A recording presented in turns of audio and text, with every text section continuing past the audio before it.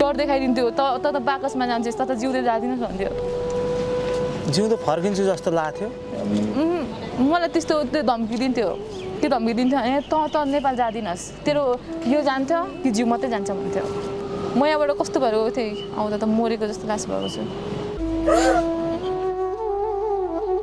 किनेको मलाई कति पैसामा किन्यो 1000 मा किनेको 1000 मा किन्यो 1000 केडीमा 1000 केडीमा म 3टा घरमा बेचेँ छोरा मान्छेले गालामा हान्थ्यो अनि लट्ठीले कुट्थ्यो त्यस्तो त्यो भन्छ नि त्यो लु हेङ्गर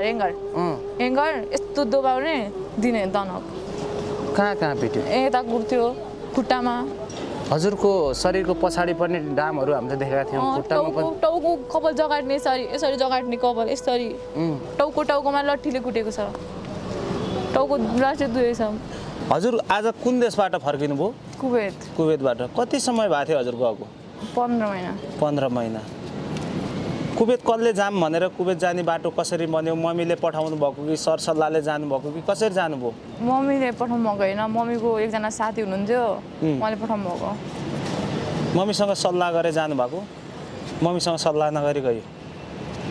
कति पैसा खर्च भयो जाँदाखेरि म थाहै भएन पैसा खर्च गर्नै परेन पैसा खर्च गर्न कति खर्च गर्नु परेन अनि मम्मीलाई उडाउन पनि मम्मी एयरपोर्टमा आउनु भएन मम्मी आउनु भयो एयरपोर्ट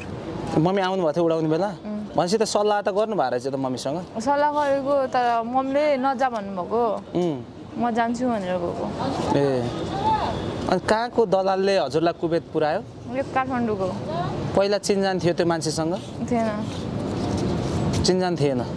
यहाँबाट कुवेत पुग्नुभयो कतिजना जानुभयो हजुर मात्रै जानुभयो कि एकजना हुनुहुन्थ्यो 2 जना थियौँ कति वर्षको हुनुहुन्थ्यो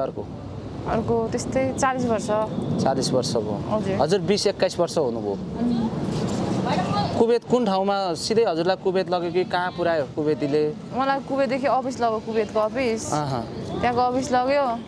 अफिस लगेपछि त्यसको गएको बेलुकापट्टि आयो मान्छे लिन आयो हजुर कुवेती लिन आयो नेपाली अफिसमा कति घन्टा बस्नु पर्यो 2-3 घन्टा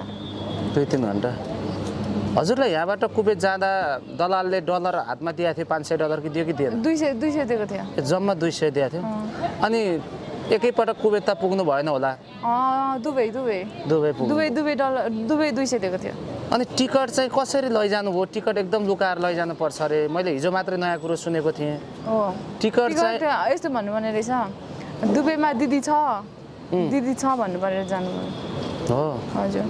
टिकट चाहिँ दुबई पुगिसके